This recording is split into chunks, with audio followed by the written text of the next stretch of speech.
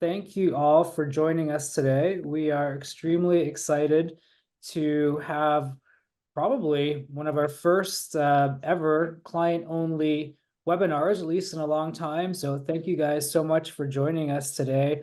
I'm Justin Whitowich. I am the CMO here at Borshoff, and we're so excited for this discussion today about Borshoff and AI and how creative and strategic thinking really power the robots.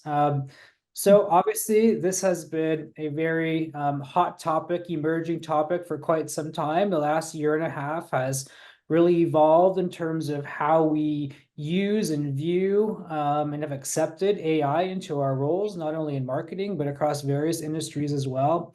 And as an agency, we just thought it was really important for us to have a discussion with you, all of our great clients and client friends, about how we're using AI, and maybe even more importantly, how we're not using AI and doing all the great work, the important work for all of you.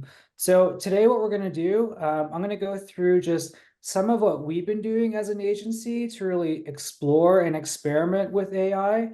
Talk about some of our guidelines so you guys have a good understanding of how we're using AI. And then we're going to go into more specifics, more of the fun part. We're going to talk about generative AI in planning. We're going to talk about how we're using it in our digital media buying, talking about generative AI in design and writing, and really give you some good examples and some good use cases of how we're using it. So I think it'll be a lot of fun. Please jump in with questions along the way. The question and answer chat is open, so you can plug questions in there. I'll periodically go through those and ask the group, what you guys want to know more about. Then towards the end, we can do a Q&A session as well. So again, thank you guys so much. We really appreciate you as clients, as friends, and hope that this is really uncovers a lot about how we're using AI, and maybe can give you some practical advice and thoughts on how you can use it in your day-to-day as well. So, all right, we will get started. First thing I wanted to call out here is our title slide, just as an example of AI. So this is an AI generated title slide. We put in the prompt, artistic collage of the letter B, and this is what it gave us. Is it cool? Yeah, kind of. Is it the perfect slide for this webinar? Probably not, but we're running with it. I think it's a really good example that kind of sets the stage for how we should and should not use AI. All right. So again, this is me, Justin Whitowich, Chief Marketing and Strategy Officer here at Borshoff. And as you guys all know, generative AI has just become a part of our world in so many ways. It has brought new words to our vernacular, like promptology, right? The study and methodology of how we prompt various generative AI tools. Everyone now has a chatbot friend, right? So from ChatGPT to Google Gemini, anytime we have a quick question, we can ask it, it's going to give us some answers. Hollywood has, reinventing what's possible of generative AI. I think a recent example, you guys might have seen that Under Armour put together a spot using some of their existing footage, some computer-generated graphics, and really told the story through generative AI. And it's a pretty cool piece. Go check it out. But again, it created controversy in the market. So this director, was trying to do something new, really embracing the technology. But at the same time, the production industry kind of questioned it. And so it did create some controversy. So that's kind of where we are with generative AI. We're all trying to figure out the best way to use it, and be inclusive of all of our partners. But it is still somewhat the wild, wild west. But we know it's here to stay. So as an agency, we are absolutely embracing it, and we're curious about it and trying to get the most out of it and all the great work that we're doing for all of you. So I've noticed both in this industry, and I've worked in tech a little bit as well, when AI first came out about a year and a half ago, it was very polarizing. A lot of people very much got on, they were on board, they were all about it. And there was a group that were just very resistant and hesitant, and probably the fear of the unknown. But that's shifted over the past year and a half. It's absolutely shifted. And I think our industry and many other industries have become much more open to the power of this technology if we're using it the right way. And we certainly are. We're curious about it. We're intrigued. And we are becoming, more and more certain of the power when it's used in the right ways with the right people behind it. And so at Borshoff, we have put together a team to really understand and navigate the complexities, really trying to be proactive and on the forefront of generative AI to make sure that we're leveraging it in the right ways. And, right now it's, just through curiosity and experimentation, trying different platforms, different tools, what works, what doesn't work, and how do they fit into our workflows in the right way. But again, it's absolutely critical to us that what we do for all of you is we are engaging humans and we are trying to make authentic human connections. And in many ways, we don't want to leave that only to the robots, right? Only to generative AI. So we have committed to responsible usage of generative AI. And to do that, we had to create some guidelines. And so we've worked really hard to understand the best way to use it, listed out our guidelines, and I wanted to just walk through some of those with you so you have an understanding of how we're using it and how we're not using it and all the great work that we're doing with all of you. So on occasion, we will use AI as a starting point for potential copy, potential design, imagery, or even research, but only after, as a group of humans and strategic and creative thinkers, we have come up with some initial ideation and come up with a concept or an idea. And once we've done that, then we can use the power of AI and the various tools available to us just to see, what direction we can go with those things, but truly relying on, like we have written here, our inventive and unpredictable human brains to come up with that initial concept first, and then kind of test it out and see where we can go with it using some generative AI tools that we're going to go through here in a few moments with the rest of the group. Things that we will do, that we commit, that we promise to doing. Anything that is outputted from generative AI, we will diligently fact check it, verify it, validate it, even scrutinize it to make sure that it's accurate and relevant, and modify where we need to. We treat this as a hyper-fast, super efficient tool, has amazing capacity, but it truly doesn't have the real-world experience or perspective that all of you do as managers of your brands, as advocates for your brands, and for what we're doing in terms of bringing your brands to life with various creative executions and strategic executions. And if you even ask ChatGPT or Gemini, it'll tell you the same thing, and we've tried that. So the human element here is so important. We also stay extremely vigilant in protecting ourselves and you on any sort of copyright or IP infringement. That's really important to us, and we don't want to even get into that territory. So we're very vigilant about ensuring that's not going to be an issue for either us or you guys. We will never use AI or attempt to use it as completed original work. Through experimentation, we have found and concluded that we get the highest quality, most relevant work for your brands, for your customers, when there's human engagement involved in that. And aside from that, we absolutely love what we do. We love how we come to work, working together, collaborating on strategic and creative outputs that really bring your brands to life in various ways. So we would never, ever just use an output from AI as a completed piece of work. Related, I know AI is just off the table when it comes to things like crisis and reputation management. Those topics, those subjects, the problems we're trying to solve there are just too sensitive. Those have to be addressed with real human touch. So AI is just off the table when it comes to crisis and reputation management content. We would never try and pass off AI to represent specific people or products. We're not trying to get around any sort of licensing concerns with AI. And also, we want to be very protective of your confidential, your proprietary work. So all the prompts that go into these tools are all used to help ChatGPT or Gemini or these other ones kind of evolve their algorithms over time, and they're taking that prompt information and putting it into their system. So it's really important for us that we don't put any of your confidential, any of your proprietary or sensitive language ever into those prompts. We don't want that being fed into the generative AI machine. So just wanted to give you guys a summary of what we're doing to embrace it, to learn about it, our curiosity, and how we will and will not use it, and all the work that we're doing. And now I'd love to introduce to you the rest of our team here on the panel. We'll get into the fun stuff, show some real examples and some use cases of how we're using it in various ways. Katie O'Malley, Senior Account Director, is going to talk to us about how she uses ChatGPT for planning. Jordan Overton, our Digital Media and Analytics Director, is going to talk about machine learning in digital media. Colin Dullahan, our senior writer, is going to talk about some of the cool tools he's using in creative writing. And then Aaron Scamahorn will close, Senior Art Director, to talk to us about some of the tools that he's using in the design portion of all that we do.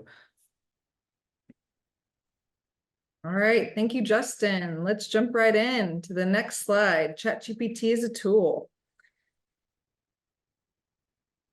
All right, there are several AI chatbot options to choose from, as Justin just went over. Each has its different strengths, use cases, difficulty levels, but I'm just going to focus on ChatGPT, which is the original AI chatbot.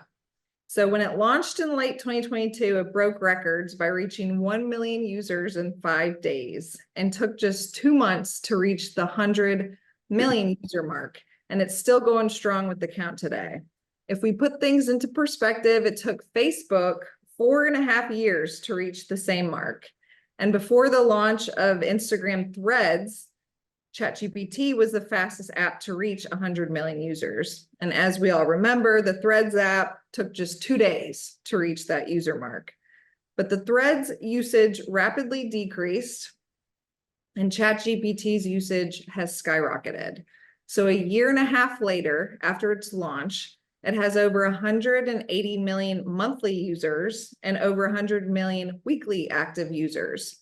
So some ChatGPT demographics to share: about 15% of ChatGPT users are from the United States.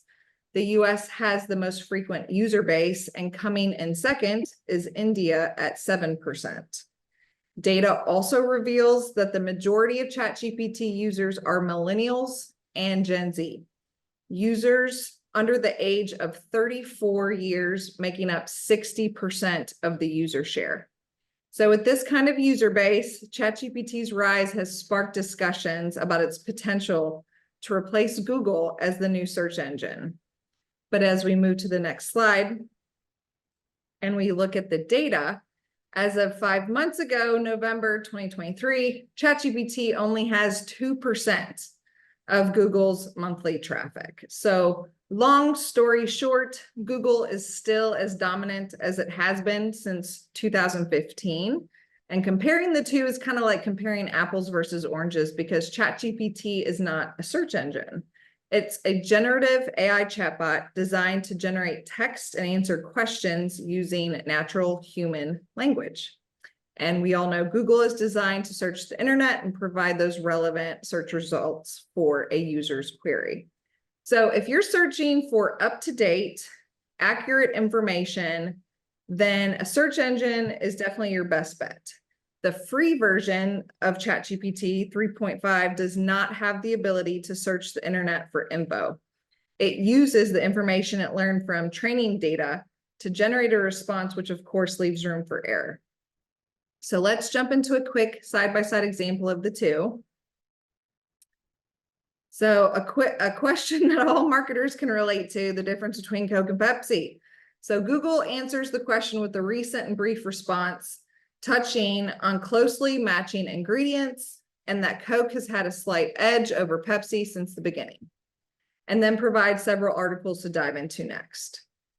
And then on the next slide, ChatGPT, this is 3.5, this is the free version, breaks down the response by flavor, marketing, brand, packaging, product varieties, market share, and corporate structure, and the differences of each shaping their identities. The very first response, when prompted, it was a lot longer for just a screenshot. So I went ahead and asked to provide it in a condensed response, so it would just fit to one slide. So jumping to the last slide here. So let's talk about why this matters to us as marketers. So for all the folks on the call who happen to be marketing directors, account managers, project managers, or strategists, ultimately ChatGPT can enhance your research and your planning game. It's basically like having a sidekick or a virtual assistant. It's a practical tool to work collaboratively with. The tool itself doesn't do your job, but it can help you do it better and faster. Not only does it reduce Google search time and provide those quick summaries of relevant info like you just saw, but it saves time with mundane tasks. It can help you brainstorm ideas or research approaches or research best practice examples that you might not be familiar with. It can highlight potential risks in a plan. It can streamline tasks like writing Excel formulas or formatting reports. It can even help you condense a PowerPoint slide to 3 to 5 key points, even though you started with 20. So it not only improves your own efficiency, but your team's efficiency and productivity. Just yesterday during our Borshoff account team meeting, we were discussing how ChatGPT can summarize key points from groupings of insights. And just this one simple task, prompting it to condense information, which of course we all know is very similar to the less is more philosophy in writing. It's so overlooked during the planning process, but can significantly improve communication and execution within a team. So with ChatGPT, just that one task takes seconds, and it can boost the work efficiency of the entire team or entire department. So in conclusion, thanks to ChatGPT, my 2 key takeaways are: 1, generative AI is reshaping search by changing how we find information. The impact of Google, ChatGPT, and generative AI on search is a story for search marketers to watch. And 2, AI chatbots aren't replacing marketers. They're collaborative tools that help us work smarter.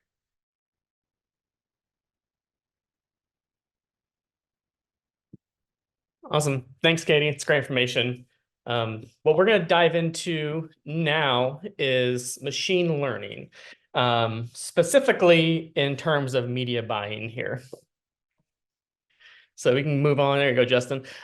So what I want to do first is really kind of define what machine learning is and how we see it at Borshoff here. So machine learning is really it's a subset of AI. You'll typically hear the phrases machine learning used interchangeably, and you'll often will hear the term AI or algorithmic or machine learning all used in kind of in place of each other. Or you'll see most common you'll hear is AI as a catch-all. What machine learning does is it focuses on using data and algorithms to enable various programs to imitate the way a human learns and acts. They gradually will improve in accuracy as they pull in more and more of that data. These are really baked into all digital platforms. So I know we run Google Ads, Facebook, various DSPs. They all have their own different versions of machine learning, even going into Google Analytics. We won't dive too much into that. We'll focus more on the media part of it today, but there definitely is machine learning opportunities to pull in analytics and to advise on those insights as well. I will say it's important to note in the realm of media buying that machine learning isn't necessarily new. These digital platforms have had this baked in for 5, anywhere up to 10 years, depending on how you really define it. They are run off of optimizations, machine learning to make sure campaigns run efficiently. Of course, that being said, they have improved over the years as AI has gotten more advanced. So diving into it, what we really see AI is how do we benefit from it. So knowing how it's going to boost performance by analyzing data and predicting actions in real time. It helps us identify audience trends by providing our Borshoff media team with various audience data that we can use to optimize campaigns. One of the biggest things is, and Katie hit on it as well, is the time saving that various AI tools have and what they can offer for us. Knowing how machine learning can help pull in various data, it allows the Borshoff team to focus more on what's going to work rather than having to go through lines and lines and lines of data to figure out what's working for us. It also improves cost efficiency overall. Machine learning, the more it runs, the better.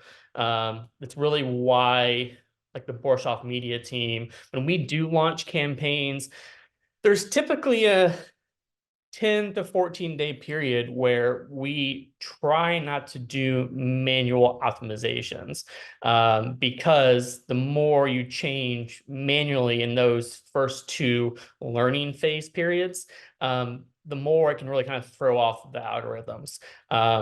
We can be very intelligent on our own, but obviously using data, using the information that machine learning brings in, we can get even better that way. So knowing how to use it to improve cost efficiency and to help create reports that can guide campaign strategies overall really just makes us smarter. And we can make sure that we're focusing on strategies, insights to really improve campaign performance.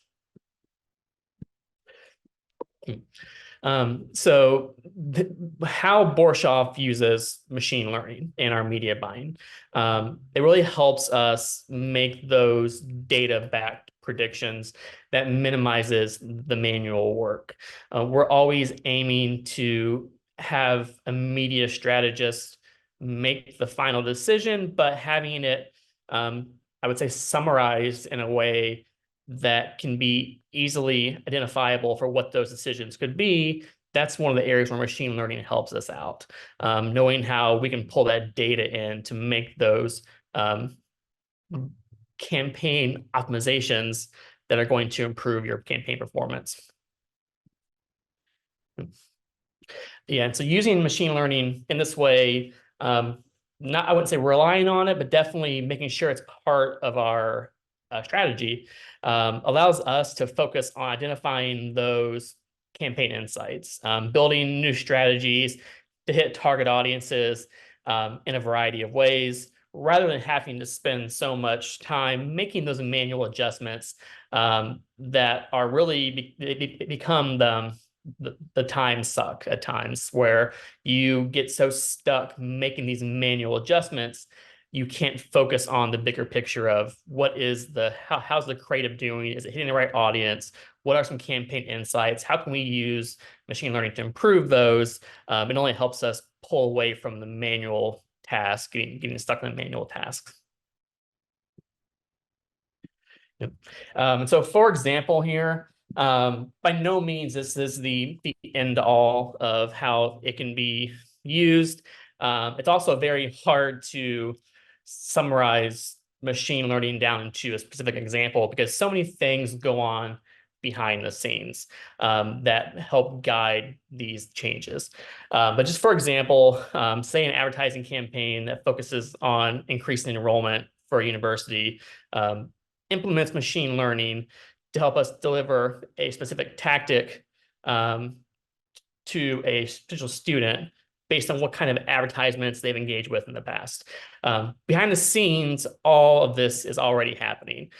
Campaigns are self-optimized by our tools to make sure the best performing tactic is hitting the right audience. At the end of the day, though, it still relies on the media strategist to make sure that's in line with what the overall goal of a business is. And then really in vice versa, it can also do the opposite. If we have a creative tactic that simply is not driving a KPI, so it's not hitting its goal in a click-through rate, it's not driving traffic, machine learning can help either weight that lower so it's not served as often. And it can also be entirely removed from a campaign. So the budget shifts to go to the best performing tactic. These are happening instantaneously, but this is where a media strategist would come in and say, we want to serve every piece of creative. We can make manual adjustments as well. We don't want to remove, for example, an entire ad set from a campaign. So it's definitely a balancing act there, but machine learning helps us make those decisions quicker. And also, we really want to talk about how we don't use machine learning. Justin and Katie both hit on this as well. By no means are we going to simply rely on it to make every decision for us. It can help us guide things like cost efficiencies and campaign performance. But at the end of the day, all media campaigns still depend on human involvement to oversee performance and campaign insights. So these systems are designed to help us identify trends in data, ensure effective spend of a media budget.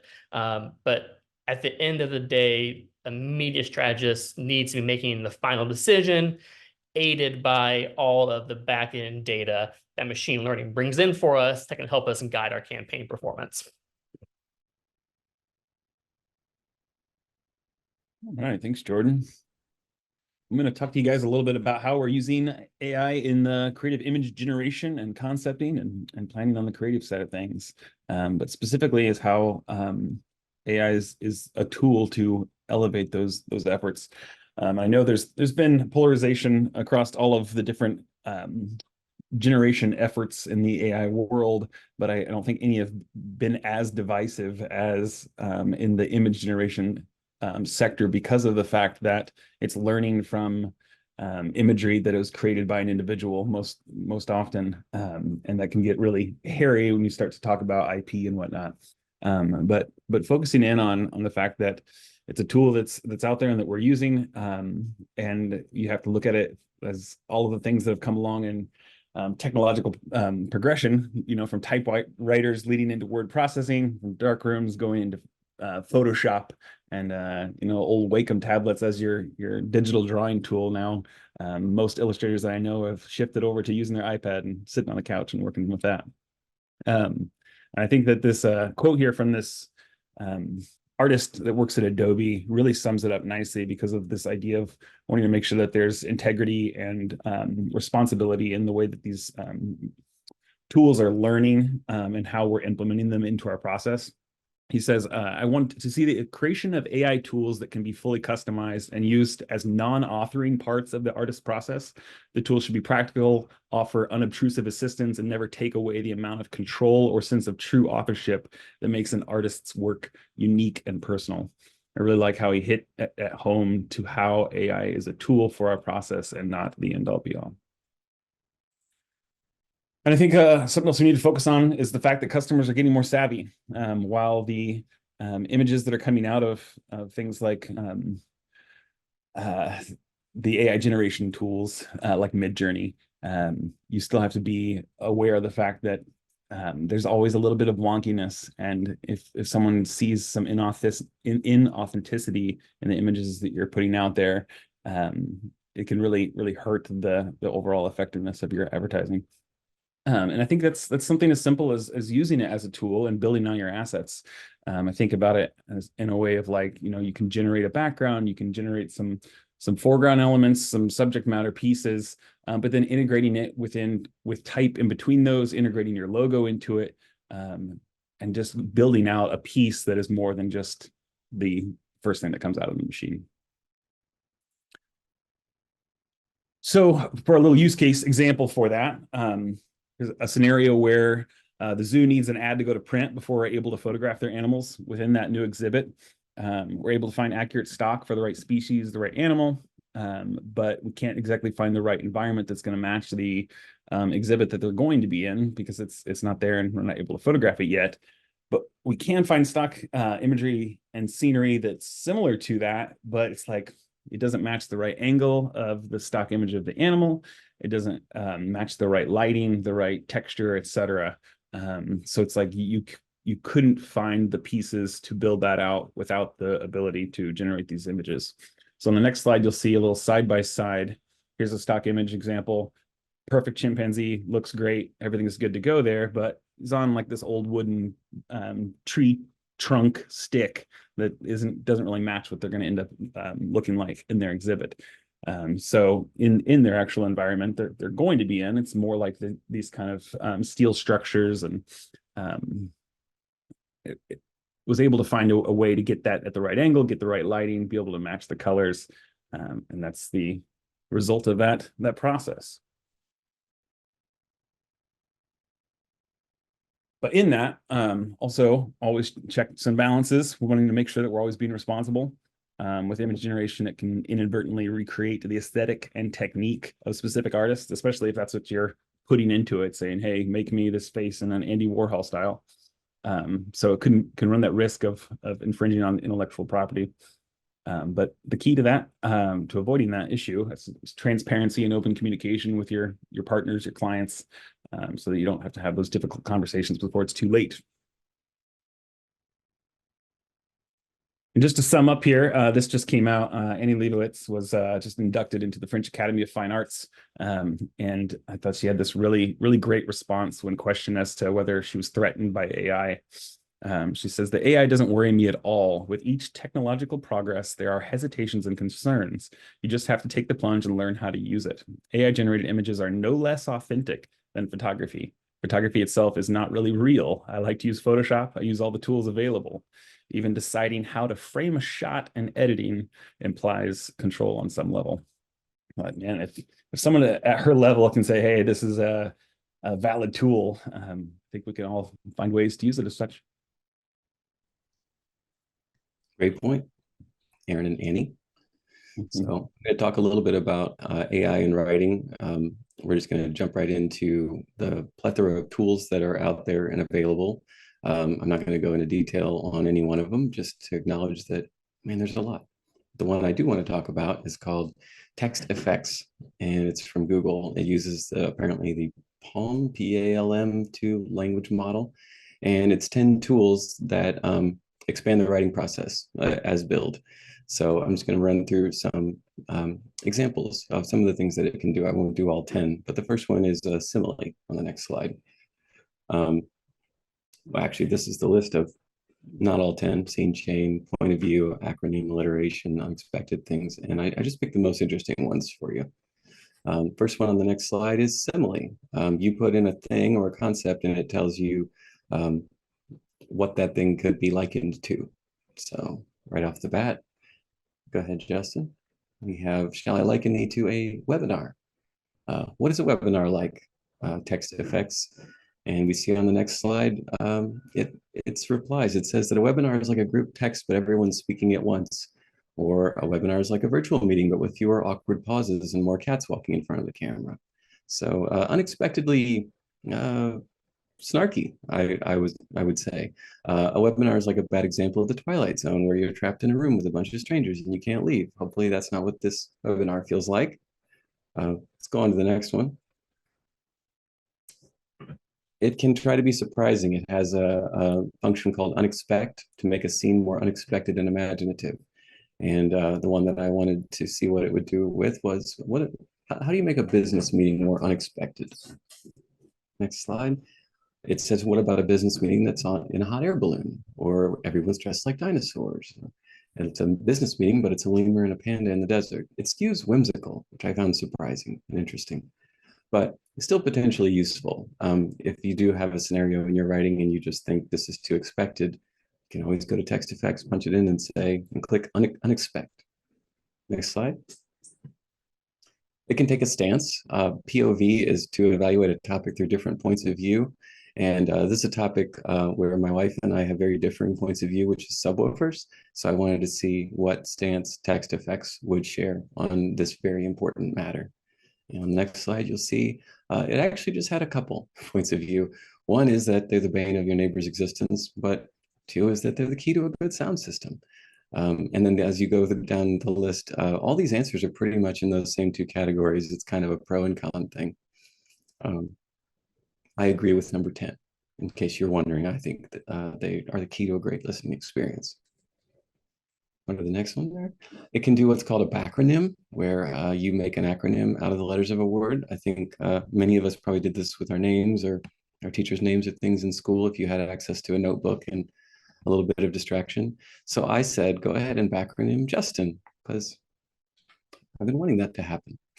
And the results tell us that Justin is just us, simply together, in and out, or that he's joyfully unearthing the soul's true inner nature, which I think we can all agree is a really apt description of Mr. Whitewitch. All of it involves joy and understanding, and that's what I associate most strongly with him. You can do this with any word. It also has a function called fuse, where you find intersections between two things. And because Justin was still in my mind, I thought about Canada, but I also thought about photography, which is an interest of mine. So this is where we ask the machine to tell us where do they overlap, photography and Canada. Did decently.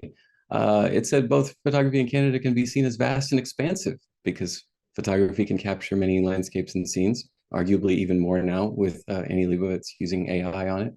And then Canada is big, well known. Vastness and beauty, beauty and diversity, beauty, vastness. So it tends to repeat itself a little bit and kind of portray answers 1 through 5 as distinct, but they're kind of versions. Go to the next one. The problem could have been that my prompt was not in its wheelhouse because in the example code, it shows that it finds the fusing between airplanes and grass as both defying gravity because airplanes fly through the air and grass stands tall against the gravitational pull of the earth, which is more unexpected and more interesting in my book. Next one. It can do set design.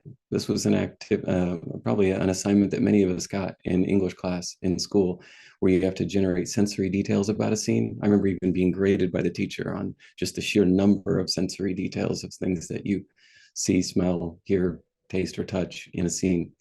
So I said, do that with the scene of imagine a character logging onto a webinar.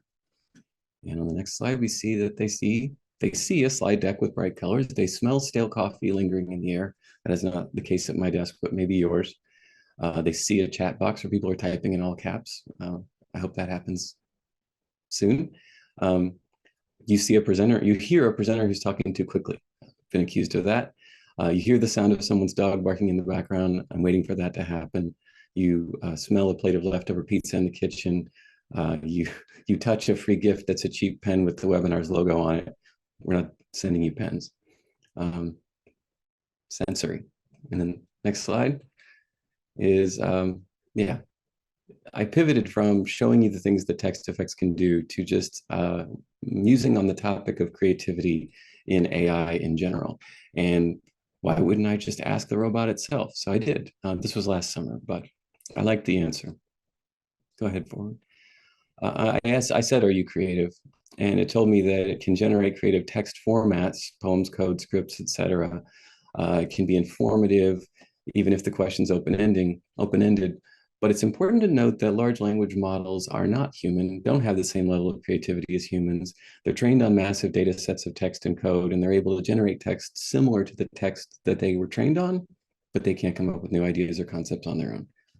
They were coming clean about it then. We'll see if maybe that's text effects 2.0, where they just blue sky out of nowhere. But, I just had one more point I wanted to share, and it starts on the next slide.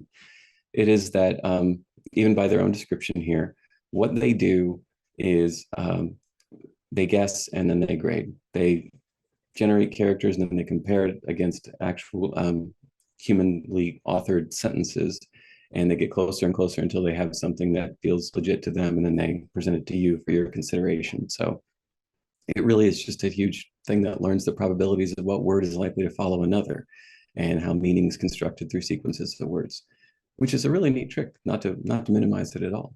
But on the next slide, there's the truth that we do the same thing. So a large language model is essentially a program trained to understand and generate human language. So am I. And on the next slide, Another confession is that I am trained on massive amounts of data. I identify patterns and connections between words, and then I generate new combinations for consideration. The difference, I would say, is I'm trained on data that ChatGPT and Google Gemini don't have access to. And I think that's an important point of distinction. I can, for example, draw on the tone of voice that I heard from a client in a given presentation, or a non-word sound that I heard made when a certain idea was proposed, or a visit to the site. Another ad that I saw somewhere, someone else run somewhere else, another conversation that I overheard. It's impressive when you have access to an instantaneous recall of the internet, but there's more data out there that can be important to draw on, and humans still have that. So we're calculators. We do what we do with even cooler calculators. And we can tell when they get it wrong. We make mistakes. I'm not going to say we don't make mistakes, but one of the things that I asked TextFX as my closing little bit here, I asked it to tell me the overlap between ladybugs and Europe. And it informed me that they're both associated with the color red, because ladybugs are red and black in Europe, and its flag has a large red circle. Next slide. Europe's flag has no large red circle. So it's interesting how these things get presented to you as fact. But to Justin's point, and Jordan's point, and Katie, and Aaron, we gotta be vigilant and second guess these things. So that concludes what I had. Now we're going to open it to questions. I'm just going to send it back to Justin. I bet he's got prompts. Yeah, well, thanks everyone. So a question came in. So Jordan, we've seen some interesting new information about AI in email marketing. Can you share some of the latest? Yeah, and so I think the most interesting use case there is this new predictive sending. So these tools will analyze your contact list and send them emails based off when they are most likely going to open. So it's definitely interesting. Again, it goes back to making sure there is human involvement still, because the data can easily skew that. Like you could end up sending your clients in your contact list emails at 2 a.m.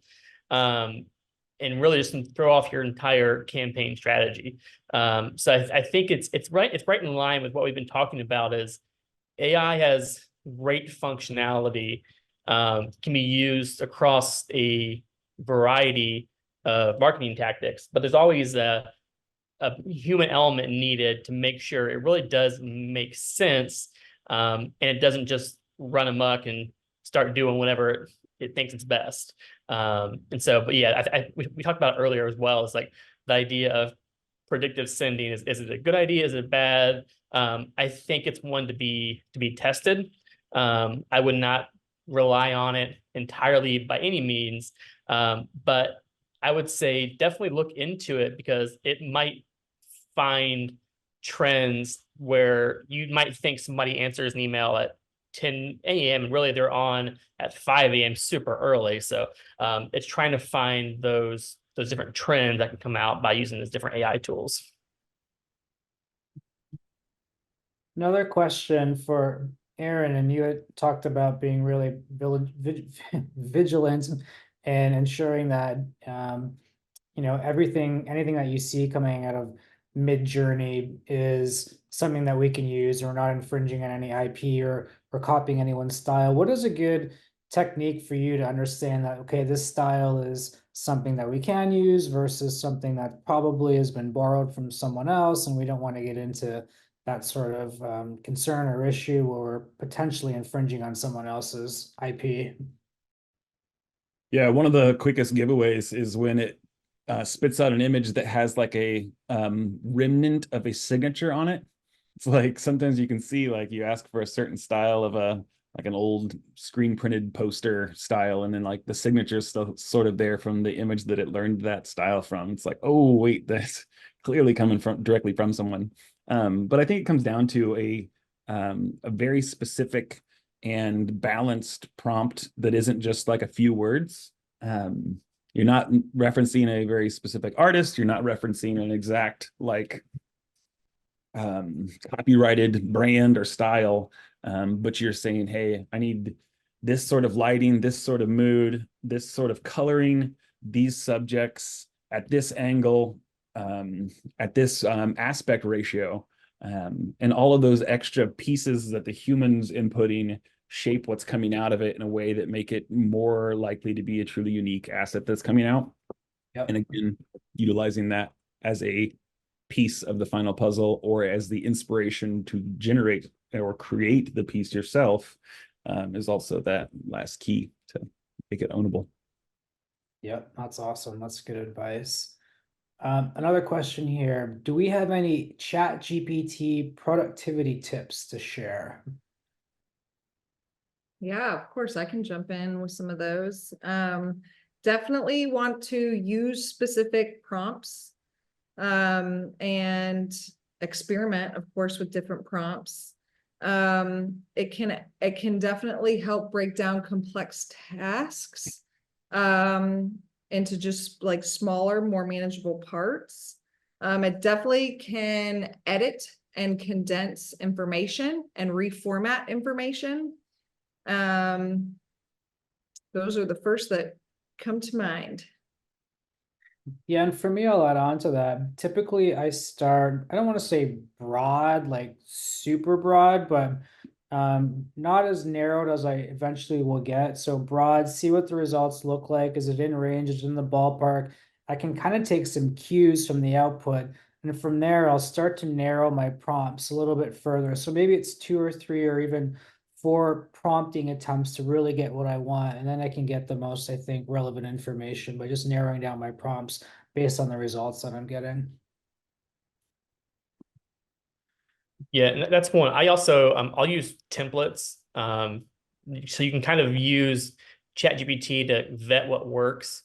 And then once you get down to a prompt that works for you and is kicking out the right information, make that one of your templates and then try to like fill in like a campaign name or client name, for example. So it kicks out a similar response each time, but you're using templates to not have to create a prompt from scratch each time, because that can be the part that I found can take the longest, is trying to go through and make small changes to your prompts that can throw off your entire response. Yeah, that's a great one. All right. Any more questions before we depart for the day?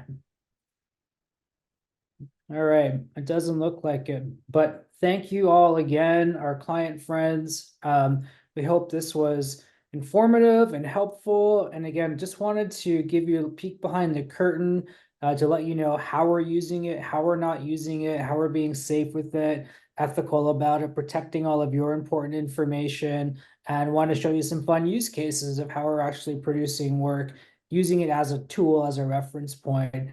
Of course, if you guys have any additional questions, feel free to email me or your account director or your account supervisor. We'd be happy to follow up. And we will send a follow-up email with a recording of this for all of you. So again, thank you guys so much and enjoy the rest of your day, and we'll talk soon.